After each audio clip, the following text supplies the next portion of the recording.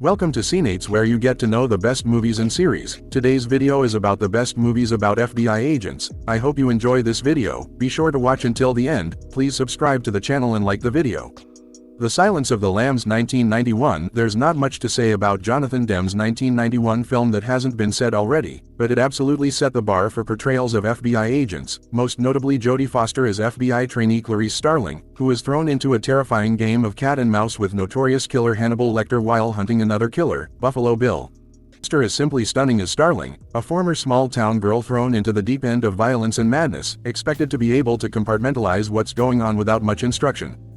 Manhunter 1986. A full 5 years before The Silence of the Lambs, Michael Mann's Manhunter was released, based on Thomas Harris's Red Dragon, which introduced the iconic character of Hannibal Lecter, here played by Brian Cox. The film focuses on former FBI profiler Will Graham, who retired after a nasty interaction with Lecter, whom he imprisoned. Now there's a new serial killer in town, dubbed the Tooth Fairy, and the only people who can help, it seems, are Graham and Lecter.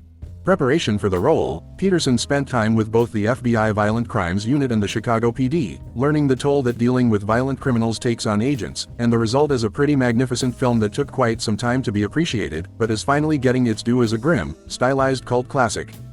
Mississippi Burning 1988. In 1964, 3 civil rights workers, James Chaney, Andrew Goodman, and Michael Schwerner, were murdered in Mississippi, and Alan Parker's 1988 film takes its inspiration from there, with FBI agents John Proctor and Joseph Sullivan played by Gene Hackman and Willem Dafoe respectively. After not receiving much help from locals, the sheriff deputy's wife tells Anderson where the bodies are buried, much to the displeasure of her husband. Violence breaks out with the local branch of the Klan, and most of the perpetrators are eventually convicted. Though the film was widely praised for its acting, the decision to focus on the white historical characters was criticized by many, including Martin Luther King Jr.'s widow. The Departed 2006. This isn't a straight portrayal of an FBI agent, but there are still a lot of ties to the organization. Martin Scorsese's 2006 thriller is based on a few sources. 2002 Hong Kong crime drama Infernal Affairs, the Winter Hill Gang out of Boston led by Whitey Bulger, and the corrupt FBI agent who fell in with them, John Connolly. There's a good deal of overlap with the 2015 film Black Mass, in which Johnny Depp played Bulger and Joel Egerton Connolly, but in The Departed the roles went to Jack Nicholson and Matt Damon, with the addition of Leonardo DiCaprio as a fictional undercover state trooper based on the character played by Tony Leung in Infernal Affairs. There's a lot of undercover criss-cross deception, and Costello is eventually revealed as an FBI informant. J. Edgar 2011. A biopic of the FBI's most famous director starring Leonardo DiCaprio and directed by Clint Eastwood was always going to be big, whether a flop or a hit, and it was mostly a success, with DiCaprio in particular getting acclaim for his performance as the beefy, complicated character. The film goes over seminal moments in history such as the kidnapping of the Lindbergh baby, the Red Scare, and the introduction of forensic science into the Bureau's arsenal of crime-fighting tools. The film also delves into his close relationship with his mother, his discomfort with women, and his possible romantic relationship with colleague Clyde Tolson. In his later years, Hoover increasingly resorted to less than legal tactics to avenge what he saw as attacks on his reputation.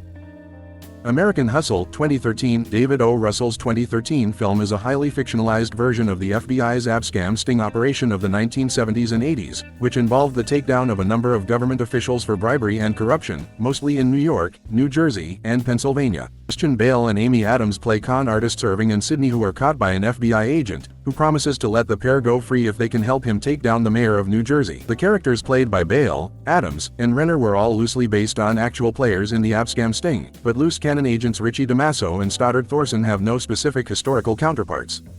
Wind River 2017. Taylor Sheridan's 2017 neo-western stars Jeremy Renner and Elizabeth Olsen as government agents trying to solve the murder of an 18-year-old girl whose frozen body was discovered on a Wyoming Indian reservation. The agents butt heads with the medical examiner and security guards at a nearby oil drilling site, and it's revealed that Lambert has a personal tragedy of his own. His teenage daughter died in the same way as the new victim. The film was a critical success, not least for Sheridan putting the spotlight on the huge number of Indigenous women who are assaulted and/or killed every year in the US and Canada.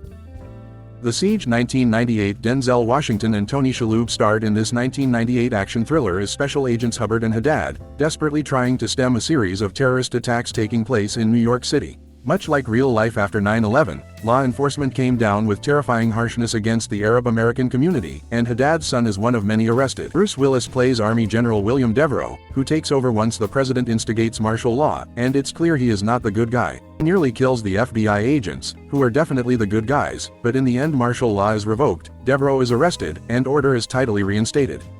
Face Off 1997. John Woo's cult action film had the capacity to be unwatchably silly, but he pushed it that little bit further and it became fantastic. John Travolta played stalwart FBI agent Sean Archer, although much of the time he looks like Nicolas Cage, who is playing mad criminal Castor Troy, because the two have had their faces swapped, in what has to be a major violation of all sorts of medical ethics. Troy killed Archer's son, and after Troy ends up in a coma whilst arranging a bomb plot with his twin brother who is of course named Pollux, Archer does what any good agent would do and has his face switched with that of his deadly enemy without his knowledge or consent.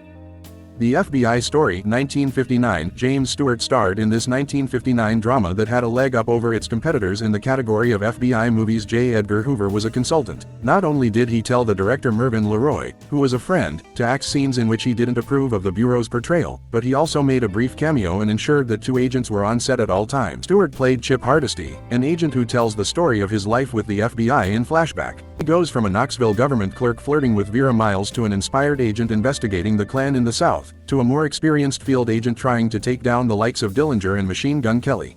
Ends after the death of Hardesty's son in World War II and the conclusion of Hardesty's career.